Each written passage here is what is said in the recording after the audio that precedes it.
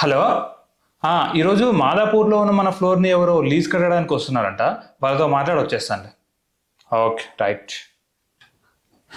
Hello hello.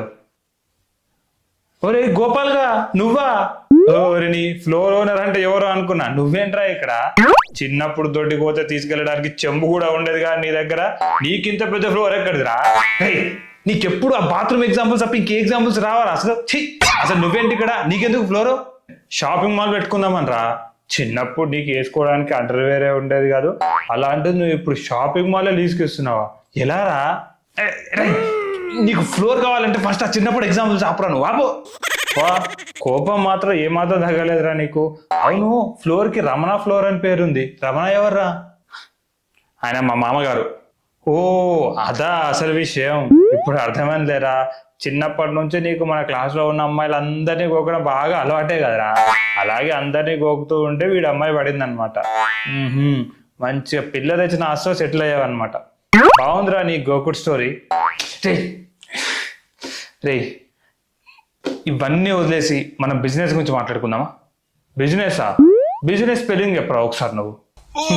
బండ్లు ఓడలవడం, ఓడలు బండ్లు అవడం అంటే ఇదేరా బాబు.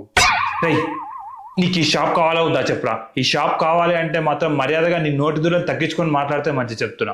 లేదంటే నువ్వు వద్దు, నీ లీజు వద్దు. వద్దురా బాబు అంత మాట నాకు.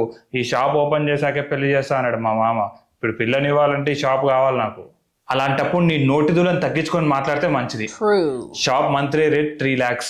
1 year కి లీజ్ కావాలంటే 2 months రెంట్ తగ్గించి 30 lakhs ఇస్తాను. 30 lakhs అవి డబ్బులు అనుకున్నావా లేక చింతగింజలు అనుకున్నావా? నేనేమి ఎక్కువ చెప్పలేరా, మార్కెట్లో ఉన్న రేటే చెప్పాను. మార్కెటా? పెళ్లి కాక ముందు వరకు అసలు నువ్వు కూరగాయల మార్కెట్ ముఖం కూడా చూడలేదు ఎప్పుడు. నీకు మార్కెట్ గురించి అంత బాగా తెలుసా? రై నేను నీకు ఇవ్వను రా ఈ షాపు, వెళ్ళొచ్చు నువ్వు. అరే ఎందుకురా అంత కోపం? అది కాదురా, మనం చిన్నప్పటి ఫ్రెండ్స్ కదరా, కొంచెం చూసి చెప్పొచ్చు కదరా. చిన్నప్పటి ఫ్రెండ్ కాబట్టే తక్కువ చెప్తున్నాను. రే ఆ తక్కువరా నువ్వు చెప్పింది.